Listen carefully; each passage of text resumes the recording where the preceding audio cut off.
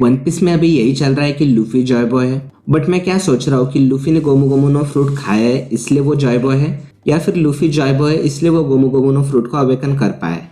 And I know आप में से बहुत से लोगों के दिमाग में यही सवाल चल रहा होगा। अगर हाँ तो ये वीडियो उसी के बारे में होने वाला है, तो इस वीडियो को ठीक से समझने के लिए बिना स्किप के एंड तक जरूर देखें। एंड हाँ, वीडियो स्टार्ट होने से पहले ही बता दूं कि मैं हितो हितोनोमी को गोमू गोमू नोमी कहने वाला हूँ, क्योंकि गोरोसे नहीं चाहते कि इस फ्रूट का रियल नेम रिवील हो।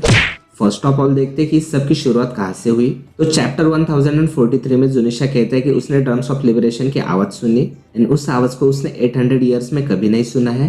एंड फिर जुनिशा कहता है कि इसमें कोई शक नहीं कि ये जॉय बॉय है एंड वो वापस आ चुका है। एंड हम सब जानते हैं कि ये गिरफाई लूफी के हार्टबीट्स की आवाज थी। एंड फिर चैप्टर 1044 में जुनिशा रिवील करता है कि लूफी जॉय बॉय है। अब अगर लूफी जॉय बॉय है तो वो पहले भी तो जुनिशा से मिला था, तब जुनिशा ने जॉय बॉय को क्यों नहीं पहचाना था? एंड लूफी के हार्टबीट सुनते ही उसे कैसे पता चल गया कि लूफी जॉय बॉय है? तो इसके बाद सबके माइंड में यह सवाल जरूर आता है कि गोमू गोमू को अवेकन करने से कोई भी जॉय बॉय बन जाता है क्या? तो मेरे ख्याल से इसका आंसर है यस और नो दोनों ही। तो अब आप सोच रहे होंगे कि भाई ये कैसा जवाब हुआ, बट डोंट वरी, कंफ्यूज होने की कोई जरूरत नहीं है, मैं सब एक्सप्लेन करने वाला हूँ। अब पहले तो मैंने यस क्यों कहा वो बताता हूँ। लूफी ने गोमू गोमू नो फ्रूट खाया है, ये बात जुनिशा को पता थी, राइट? बिकॉज लूफी ने जोऊ पे कितनी बार अपने डेविल फ्रूट पावर्स को यूज किया होगा एंड जोऊ पे जो भी होता है वो सब जुनिशा देख पाता है। ये चीज रॉजर और ओडन ने रिवील की है। देन लूफी ने वर्ल्ड गवर्नमेंट एंड मरीन्स के सामने भी कितनी बार अपने डेविल फ्रूट पावर्स को यूज किया है। सबसे पहले तो आरलोंग पार्क के बाद वाला सीन जहाँ लूफी को अपनी सबसे पहली बाउंटी मिली थी। देन एनिस लॉबी में तो लूफी ने सीधा वर्ल्ड गवर्नमेंट से ही पंगा ले लिया था। एंड ऑब्वियसली CP9 इन्वॉल्व, मतलब ये चीज गोरोसे को तो पता चली गई होगी।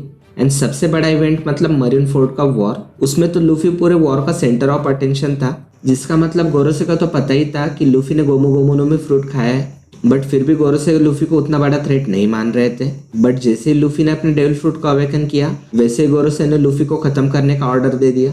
एंड दूसरी तरफ जुनिशा ने भी डेविल फ्रूट के अवेकन होते ही पहचान लिया कि लूफी जॉय बॉय है। तो इसका मतलब यही होता है ना कि उस डेविल फ्रूट को अवेकन करते ही लूफी जॉय बॉय बन गया। एंड जो भी उस डेविल फ्रूट को अवेकन करेगा वही जॉय बॉय होगा। इसलिए मैंने कहा कि यस, कोई भी गोमू गोमू नो में फ्रूट को अवेकन करने से जॉय बॉय बन जाएगा। बट आप सोच रहे होंगे कि फिर मैंने नो किस लिए कहा, तो चलो वो भी बताता हूँ। अब अगर हम मान भी लेते हैं कि गोमू गोमू को अवेकन करने से कोई भी जॉय बॉय बन जाता है, फिर भी ये सवाल बचता ही है कि क्यों 800 सालों में सिर्फ लूफी गोमू गोमू को अवेकन कर पाया एंड दूसरा कोई भी इसे अवेकन क्यों नहीं कर पाया? तो इसका जवाब है क्योंकि लूफी जॉय बॉय है एंड सिर्फ जॉय बॉय इस फ्रूट को अवेकन कर सकता है। लूफी से पहले जिन्होंने भी इस फ्रूट को खाया होगा वो जॉय बॉय नहीं थे, इसलिए वो इस फ्रूट को अवेकन नहीं कर पाए होंगे। जैसे वो सीन नहीं होता है कि कोई स्वॉर्ड पत्थरों में फंसी होती है एंड उसे सिर्फ वही निकाल सकता है जिसे डेस्टिनी ने चुना होता है, वैसे ही लूफी की डेस्टिनी में इस फ्रूट को अवेकन करना होगा एंड जॉय बॉय के बाद सिर्फ वही उस काबिल हो। जैसे देखो, नरूटो तो सबने ही देखा होगा, उसमें जिराय का स्टूडेंट चाइल्ड ऑफ प्रोफेसी होता है एंड जिराय के बहुत से स्टूडेंट होते हैं। सबसे पहले तो मिनाटो जो बहुत ही जीनियस एंड काबिल होता है, देन नागाटो जिसके पास तो रेनेगन तक होता है, बट आखिर में चाइल्ड ऑफ प्रोफेसी नरूटो ही होता है। अब वो मिनाटो जितना जीनियस तो नहीं होता है, बट फिर भी वही निंजा वर्ल्ड में पीस लाता है, बिकॉज वही चाइल्ड ऑफ प्रोफेसी होता है। वैसे गोमू गोमू को तो बहुत से लोगों ने खाया होगा, बट उसे अवेकन सिर्फ जॉय बॉय कर सकता है एंड लूफी जॉय बॉय। अब लूफी जॉय बॉय क्यों है, उसके बहुत से रीजन हो सकते हैं, जैसे कि या तो लूफी जॉय बॉय का रीइंकार्नेशन हो सकता है या फिर जॉय बॉय का डिसेंडेंट हो सकता है। तो अगर आपको उसके ऊपर भी कोई वीडियो चाहिए तो कमेंट्स में बता देना।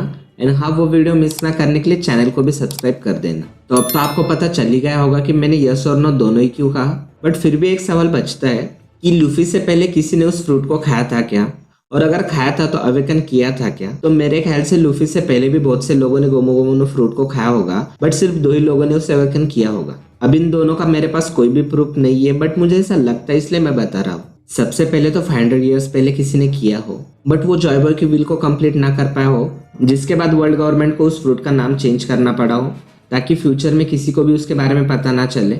एंड दूसरा रॉजर हो सकता है जिसने गोमू गोमू नो फ्रूट को अवेकन किया हो सकता है, बट मे बी अपने लास्ट टाइम में, इसलिए ज्यादा लोगों को इसके बारे में पता नहीं होगा। एंड गोरोसे को पता चला भी होगा तो भी वो इस चीज को दबाने ही वाले थे।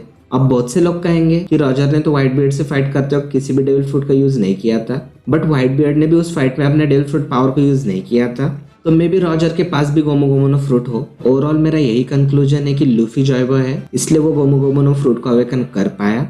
And Gomu Gomu no mi fruit की अवेकनिंग लूफी के जॉय बॉय होने का बस एक इंडिकेटर हो। अब लूफी जॉय बॉय ये चीज चैप्टर 1044 में जुडिशा ने रिवील की, जिसका भी एक्सप्लेनेशन मैंने किया है, तो अगर आप चाहो तो इस वीडियो के बाद उसे भी देख सकते हो।